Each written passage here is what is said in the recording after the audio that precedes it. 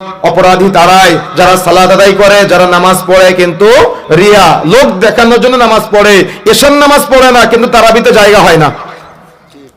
কথা বুঝেন না মনে হয়। কুরবানির ঈদের দিন কুরবানির নামাজ পড়ে নাই, কুরবানির ঈদের দিন ঈদের নামাজ পড়ে নাই, কিন্তু সে কুরবানি না দিলে তার নাকি জাত মান ইজ্জত সম্মান সব চলে যায়। কি আছে না এমনটা?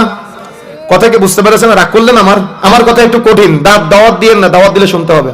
কথা বুঝতে পেরেছেন? যে কথা বলতে চাচ্ছিলাম প্রিয় বন্ধুরা আমার, আল্লাহ বলছেন এই কথা, আল্লাযীনা হুম ইউরাউন, অপরাধী হলো তারাই, অমনোযোগী নামাজি হলো তারাই, বা ফাওয়াইলুল লিল মুসাল্লিন হলো তারাই যারা নামাজ পড়ে কিন্তু লোক দেখানোর জন্য, যারা দান করে লোক দেখানোর জন্য, যারা ইবাদত করে লোক দেখানোর জন্য, যারা কুরবানি করে লোক দেখানোর জন্য, যারা হজ করতে যায় লোক দেখানোর জন্য।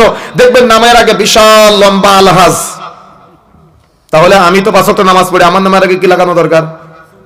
মুসল্লি লাগাবেন, কালকে থেকে লাগাবেন আপনার নামের আগে। আপনি তো যাকাত আদায় করেন, তাহলে আপনার নামের আগে কি লাগানো দরকার? কথা বুঝেন না মনে হয়। কথা বুঝতে পেরেছেন? তো এই জন্য লোক দেখানোর জন্য কোনো কিছু করা যাবে না।